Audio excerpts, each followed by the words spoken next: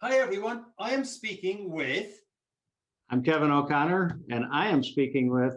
Conor Caneen, Irishman Speaks, and both of us are deans for the upcoming NSA Illinois Speaker Academy. Kevin, what attracted you to helping out with new speakers and understanding the business of speaking?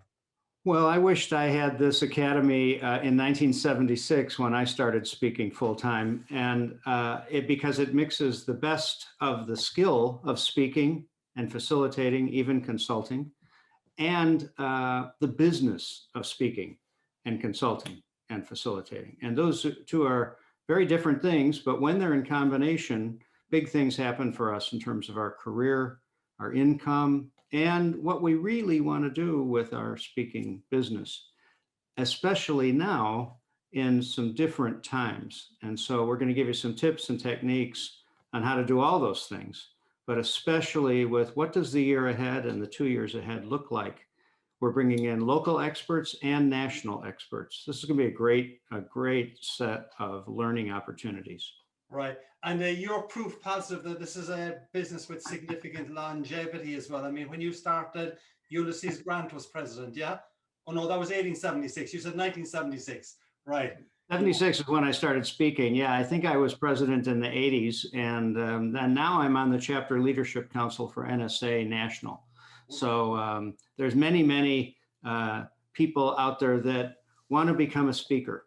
But the ones that are smart are the ones that are going to learn how to do it well and learn how to do the business well. Doing it well doesn't bring in the business. And sometimes you can bring in the business, but if you don't perform, you're not going to have a business. We're going to do both. And I got to say, you're actually one of the people that kind of inspired me to go into this crazy business, because I think you were one of the first people that I met at an NSA chapter event, and you were genuinely helpful and interested. And I think what you'll bring to this program is a real sense of empathy and understanding of the challenges that people go through. And this is a tough business to make a good living in and to be successful, especially in the current environment. And what we're doing with this program is that we are adapting it compared to previous years. So to allow for the way the environment has changed, we're going to spend a lot of time, instead of just purely on stage skills in front of an audience, we're going to be talking a lot about virtual presentations and how you can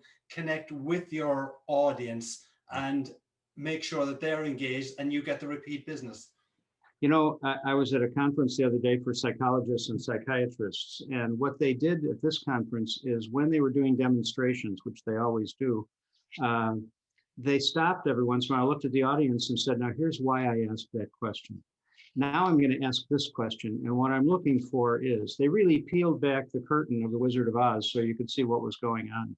Right. And all the people who are presenting are going to peel back the curtain. They're going to show you what they do every day, every week, that makes them successful. And that's the real advantage of this. It's not just really good people saying, look what I did, achieve. They're going to tell you how they achieved that. And then you can take those ideas and put them into practice immediately. I do believe that for virtual presentations, the questions the presenter asks are often at least as important as the content the presenter provides, because you've got to keep them engaged. Yeah. Because when you're doing a Zoom call, there's a lot of shiny objects on your desk. And you can always block yourself. You can always stop your video and then walk around and eat lunch and everything else. But when you have a really good presenter, people don't want to do that because they're engaged.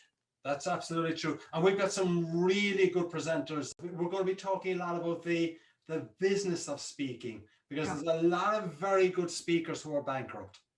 That's true. Indeed, yeah. There's a lot of other people who are making a lot of money because they're very good at marketing and positioning themselves. Now, they also produce good content as well, but having just good content is no longer sufficient to be able to be successful in this business. Yeah. Just the other day, Seth Godin, my son, sent me a quote from Seth Godin that he thought was just fantastic. And I have been saying the exact same thing for 5 years. But how come Seth Godin makes more money than I do? Not just the idea, right? Yeah. He's doing something that I'm not doing. And he's attracting my son. So I have to be doing something. So one of the nice things about working with you, Connor, is I learn something every time we're together. And I'm looking forward to this academy because we learn too. My Jesuit friends at Loyola, where I teach, the Jesuits say, if you want to really learn something, teach it. And so we're involved in the teaching of it. And we're going to learn from our attendees as well.